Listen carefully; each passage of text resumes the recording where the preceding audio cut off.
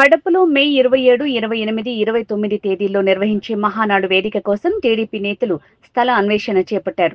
నగర శివారులోని 3 ప్రాంతాలలో గుర్తించిన స్థలాలను పార్టీ రాష్ట్ర అధ్యక్షుడు పల్లా శ్రీనివాసరావు నేతలతో కలిసి పరిశీలించారు. గత సార్వత్రిక ఎన్నికల్లో కడప జిల్లాలో మెజారిటీ స్థానాలను కైవసం చేసుకోవడంతోనే కడపలో మహానాడు నిర్వహించడానికి ఒక కారణమని పల్లా శ్రీనివాస్ చెప్పారు.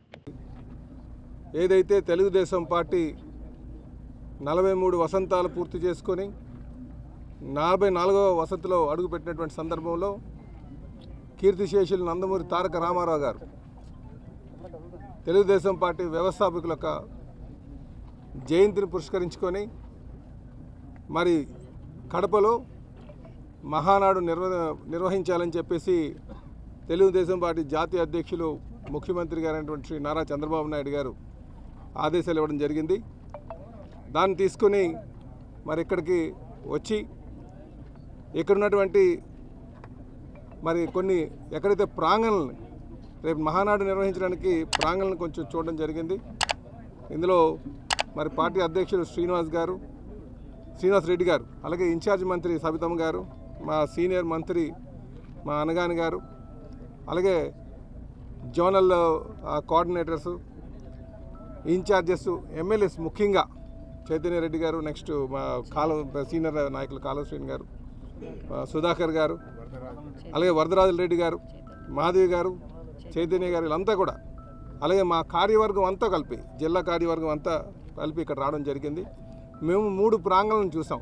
ఒకటి ఇప్పుడు ఎక్కడైతే మేము ప్రెస్ మీట్ పెట్టామో ఇది ఎన్జిఓస్ కాలనీ అంటున్నారు, జైలు దగ్గర. సో ఇది చాలా పెద్ద ఏరియా, సుమారు 500 ఎకరాల దాకా ఉంది. ఇదొక ప్రాంగణం చూసాం. రెండో ప్రాంగణం సీకేదిన్నె మండలం, అక్కడ జయరాజు గార్డెన్స్ ఆ గ్రామం దగ్గర చూసామండి. అది కూడా చాలా ప్లెయిన్గా ఉంది. బట్ అది గవర్నమెంట్ ల్యాండ్ అంటున్నారు. ఇది ప్రైవేటు ప్లస్ గవర్నమెంట్ ల్యాండ్ కూడా ప్లెయిన్గా ఉంది.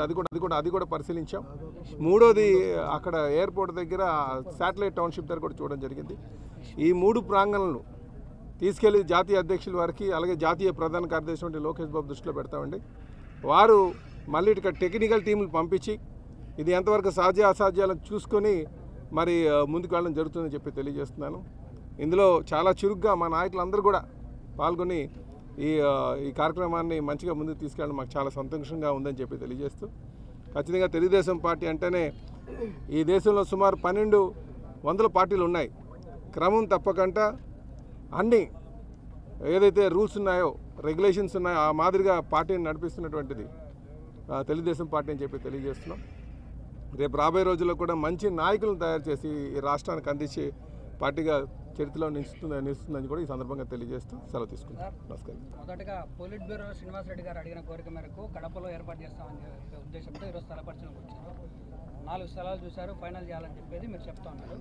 అసలు కడపలోనే పెట్టడానికి మీకైనా ప్రత్యేక ఉద్దేశం ఉందా? అంటే పార్టీ ఆవిర్భవించిన దగ్గర నుంచి కూడా కడపలోని ఎప్పుడు కూడా భారీ మీటింగ్ పెట్టలేదు. ఎక్కువ మంది సీనియర్ నాయకుల యొక్క ఆలోచన మేరకే కడపలో ఈసారి పెట్టాలి అని చెప్పేసి ఒక ఆలోచన రావడం, దాన్ని మా జాతీయ అధ్యక్షులు వారు, అలాగే జాతీయ ప్రధాన కార్యదర్శి లోకేష్ బాబు అందరూ కూడా ఈ ఆలోచన బాగుంది. ఇక్కడ కష్టమైనప్పటికీ కూడా, ఎందుకంటే మండు టెంట్లు మేలో అంటే 45 degrees ఉంటుంది, అయినప్పటికీ కూడా ఇక్కడ ఈసారి మాకు చాలా ఆదరించారు కూడా. ఇప్పుడు ముఖ్యంగా చెప్పాలంటే ఇక్కడ ప్రజలు తెలుగుదేశంకి వైపు చూస్తున్నారు అనడానికి 2024 ఎలక్షన్ ఒక నిదర్శనం. 10లో 7 సీట్లు కూడా మేము గెలుచుకున్నాం ఉమ్మడి జిల్లాలో. కనుక ఇక్కడ ప్రజల యొక్క ఆకాంక్షలు కూడా మనం దృష్టిలో పెట్టుకొని ఇక్కడ మీటింగ్ కండక్ట్ చేయడం జరుగుతుందని కూడా ఈ సందర్భంగా తెలుగుదేశం పార్టీ వైభవాన్ని కొనసాగించడానికి ఈ మహానాడు అనుకోవచ్చా? ముమ్మాటికి అండి. నేను అందుకే అన్నాను, ఈ దేశంలో 1200 పార్టీలు ఉన్నాయి. మెంబర్షిప్ తీసుకోవడంలో కానీ టైం మాదిరిగా క్రమం తప్పకుండా ప్రతి ఏడాది కూడా మీరు చూసుకుని 43 సంవత్సరాల నుంచి కూడా మహానాడు నిర్వహించడంలో కానీ, మెంబర్షిప్ డ్రైవ్ కావచ్చు, కార్యవర్గాలు స్థాపించడంలో కావచ్చు, అకౌంట్స్ విషయంలో కావచ్చు, ఎప్పుడు కూడా ఈ దేశంలో ఏ పార్టీ చేయనట్టు విధంగా తెలుగుదేశం పార్టీ చేస్తుంది. అది మీరు ఎప్పుడు కూడా చూసుకోవచ్చని కూడా ఈ సందర్భంగా తెలియజేస్తాం. మహానాడు ఎప్పుడు కూడా అండి 27, 28, 29. అయితే గత 2 సంవత్సరాలుగా మేము చేస్తుంది ఏంటంటే 27, 28 మేము ప్లేనరీ పెట్టుకుంటాం. 29 భారీ బహిరంగ సభ పెట్టుకుంటామని చెప్పి తెలియజేస్తున్నాను. నమస్కారం. ఎన్టీఆర్ ముఖ్యమంత్రిగా ఇన్ఛార్జ్ మంత్రి గారు 11 సీట్లు 10 సీట్లు వచ్చిన టీడీపీ మళ్ళీ ఈసారి 7 సీట్లు రావడం గొప్ప విషయం. ఈ నేపథ్యంలో కడప జిల్లాకి ఏమన్నా ప్రత్యేక స్థానం ఏమన్నా మాకు అన్ని ఖచ్చితంగా అండి. ఇప్పుడు ఎందుకంటే సీఎం గారికి ప్రత్యేకంగా రేపు మహానాడు జరుగుతుంది కదా, మీ సమక్షంలోనే అన్ని చెప్తారని కూడా తెలియజేస్తున్నాం. ముఖ్యమంత్రి గారిని ఆల్రెడీ మా జిల్లా మంత్రి గారు ఎమ్మెల్యేలు అందరం పోయి అసెంబ్లీ సందర్భంగా అడిగాం. ఈ జిల్లాలో మహానాడు సందర్భంగా ఈ జిల్లా కానుకీయాలని అడిగాం.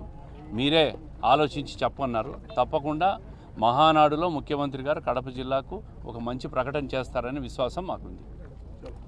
నమస్కారం అండి. రైట్.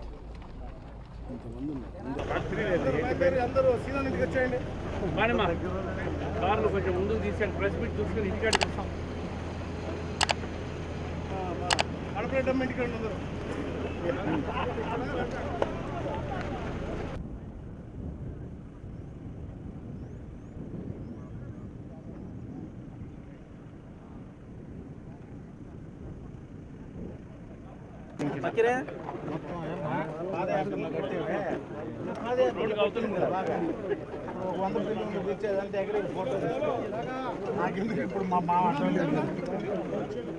అందరూ నన్ను ఏ సమస్య పే చేస్తారు.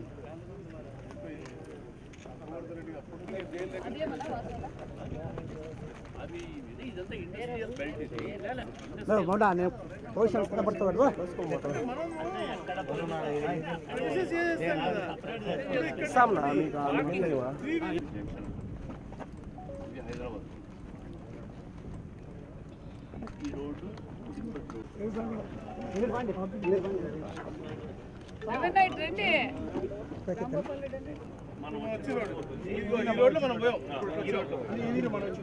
రైల్వే లైన్ ఇప్పుడు ఈ అలంకారం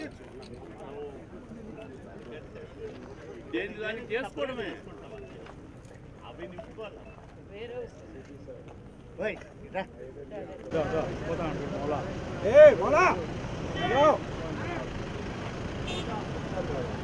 మళ్ళా రాయి తీసుకొని